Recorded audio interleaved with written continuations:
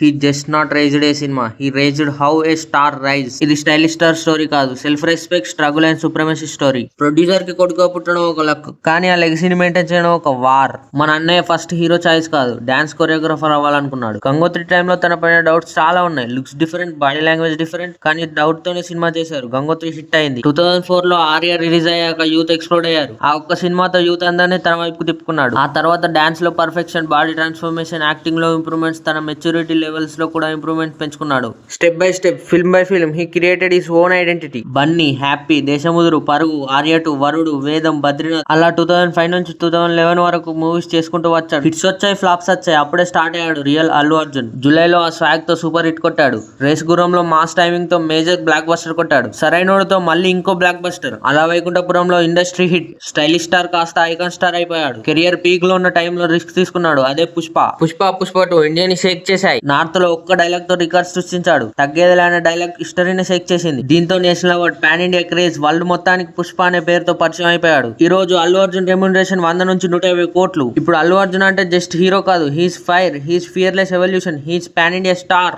And మొన్నటికి మొన్న ఏ hero చేయని పనిని తను చేశాడు. ఫ్యాన్స్ కోసం యాన్యువల్ మీట్ పెట్టారు. అక్కడికి 7 స్టేట్స్ నుంచి 1000+ మెంబర్స్ అటెండ్ అయ్యారు. అన్నిటికంటే గ్రేట్ ఏంటంటే అక్కడికి వచ్చిన వాళ్ళందరికీ అల్లు అర్జున్ ఫ్యాన్స్ అసోసియేషన్ తరపున పర్ పర్సన్ కి 3 to 5 lakhs యాక్సిడెంటల్ ఇన్సూరెన్స్ చేపించాడు. ఇది అల్లు అర్జున్ అంటే.